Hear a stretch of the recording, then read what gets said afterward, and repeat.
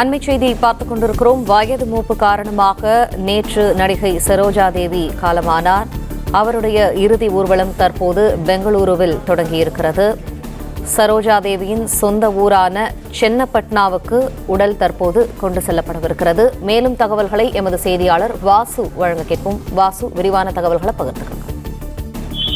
நிச்சயமாக கண்ணெடுத்து பைங்கிலி தமிழ் சரஸ்வதி என அழைக்கப்படும் மறைந்த முப்பெரும் நடிகை சரோஜா தேவியின் இறுதி ஊர்வலம் தற்பொழுது பெங்களூருவில் தொடங்கியுள்ளது. சரோஜாவின் சொந்த ஊரான சென்னப்பட்னாவுக்கு உடல் கொண்டு செல்லப்பட்டு மணி 2 மணி அளவில் அவர்கள் லிங்காயத்து முறை பிரகாரம் இந்த சடங்கானது நடைபெறும் என்று தெரிவிக்கப்பட்டுள்ளது.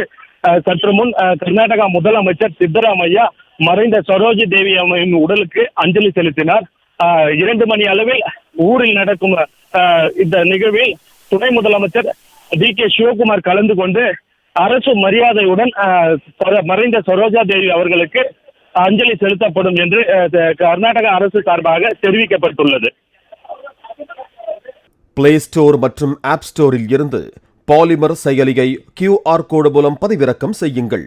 செய்திகளை உடனுக்குடன் பெறுங்கள்.